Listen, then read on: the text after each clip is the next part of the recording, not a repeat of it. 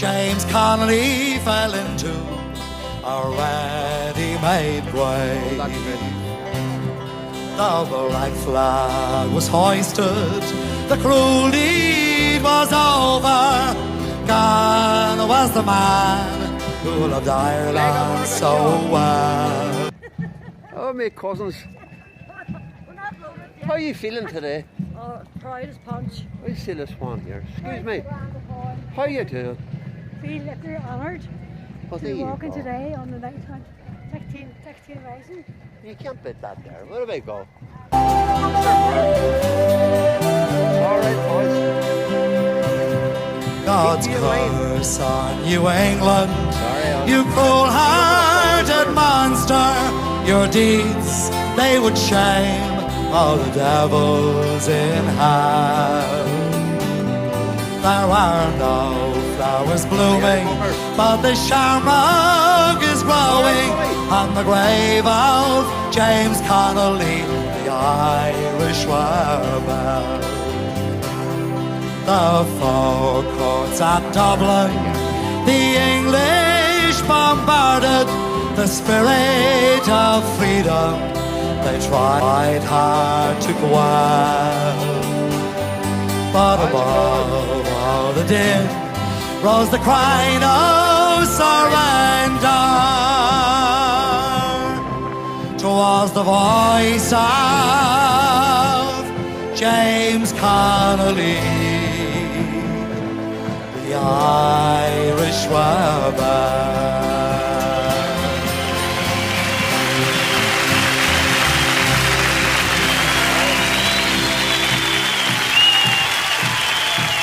James Connolly there in song and in story. Thank you.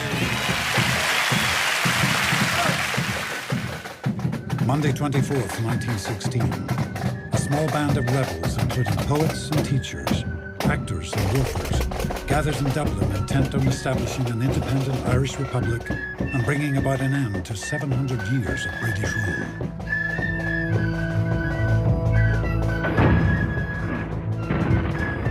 Britain is engaged in war in Europe, where its army of millions, including 200,000 Irishmen, are suffering casualties on an unprecedented scale. Britain's distraction presents the rebels with an opportunity and a glimmer of hope.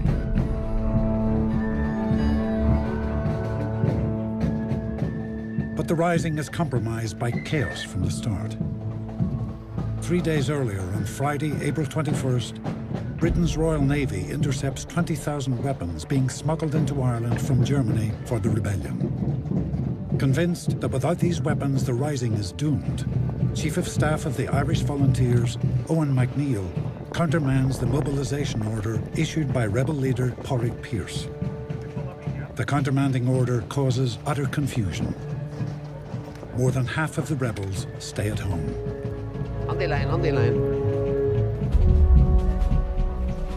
Despite the setbacks, the decision is made. The rising will go ahead. All the officers were there at Liberty Hall. Pearse, McDonough, McDermott and all these. And outside was all the volunteers that were going to come and the Fianna boys and coming them on. And there was Fianna boys there with pikes. Imagine going into battle with a pike. As the men and women of 1916 prepare to take on the might of the British Empire, their leaders are aware that they have little hope of success. And yet, the time has What's come. that crack, Mux? The most momentous week in Irish history All right, is buddy. about to begin.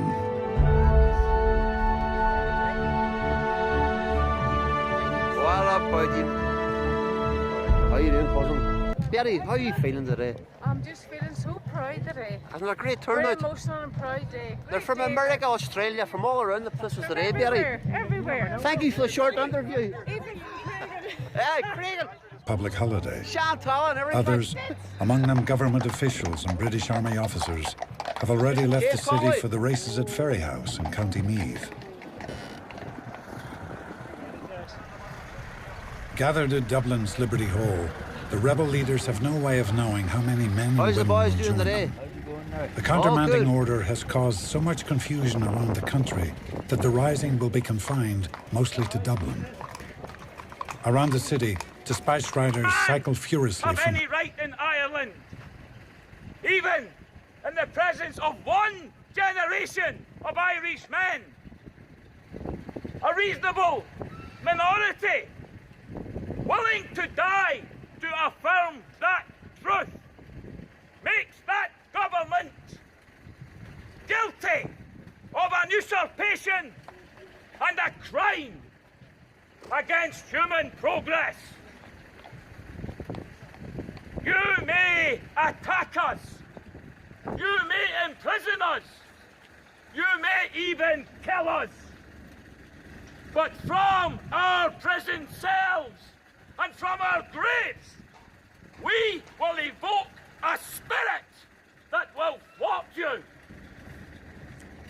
Perhaps even raise a force that It was will part of our destroy plan you. to see the railway terminus for the west of Ireland. But when we had occupied the other posts, we found we had not enough men left. Due to the countermanding order, only 2,000 men and women have answered the call. At least 4,000 had been expected.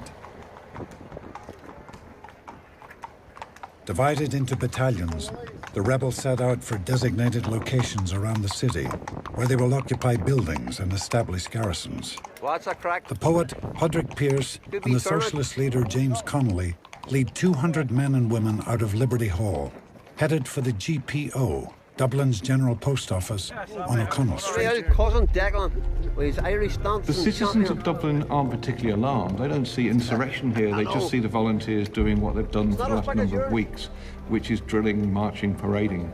But clearly things change when they get to O'Connell Street. A company of volunteers came up the street, and as soon as they came opposite the post office, they got the order and wheeled left into the post office. Round about midday, there was a commotion down on the street and the breaking of glass. But shortly after that, the doors banged open and a number of men, round about 20, came into the room dressed in green uniforms with rifles in their hand. They ordered everybody to get out immediately. They started running out the doors and screeching and running and apparently terrified out of their lives. But most people thought that it was only manoeuvres, and they thought it was very impudent manoeuvres.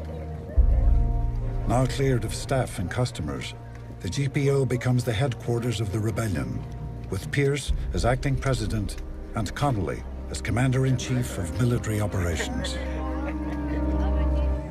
The news was rushed about. The volunteers had taken the GPO. They were in possession of several other places in the city. It was easy enough to get down O'Connell Street still, and I made my way to the GPO and asked the volunteer on guard to let me in to speak to Padraig Pierce. Best taxi man in Derry. I was brought to Pierce and had the temerity to tell him that I thought the rebellion was very wrong, as it would certainly fail, but that I wished to be there if there was going to be anything doing. Louise Gavin Duffy is not the only reluctant rebel. One of the founders of the Irish Volunteers, the O'Rahilly, has spent the last 2 days spreading word of Owen MacNeill's orders, calling the rising off. Give a straight line, please. But when he arrives back in Dublin, the O'Rahilly learns that the rebellion is about to start despite his efforts. Although convinced that the rising is destined to fail, the O'Rahilly drives to the GPO to join Pierce and Connolly in the fight. He says, "I have wound the clock and may as well hear it strike." How are you feeling today? Could you? And it's a great turnout. I say they'll be all down to Patters after this. Well, I hope so. Right. Thanks for the interview. There's my muckers there, look. You're all around the world now.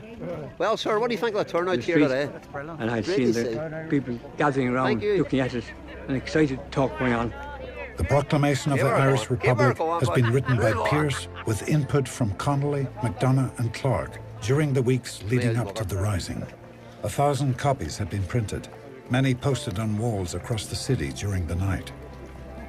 Now, shortly after 1 o'clock in the afternoon of Easter Monday, 1916, Pierce emerges from the GPO and reads the proclamation to the few passers-by who stop to listen.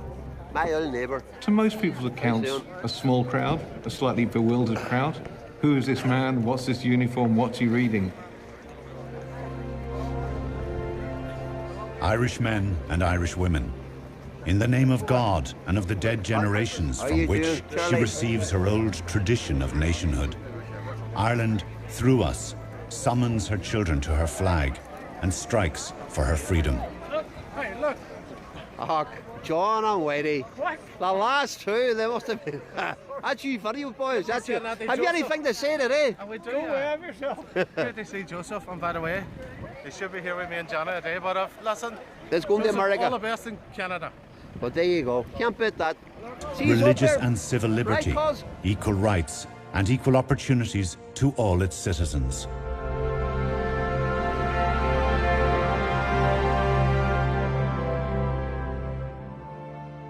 Pearce goes back into the GPO, and Connolly's refugees said to him, you know, thank God we've lived to see this day.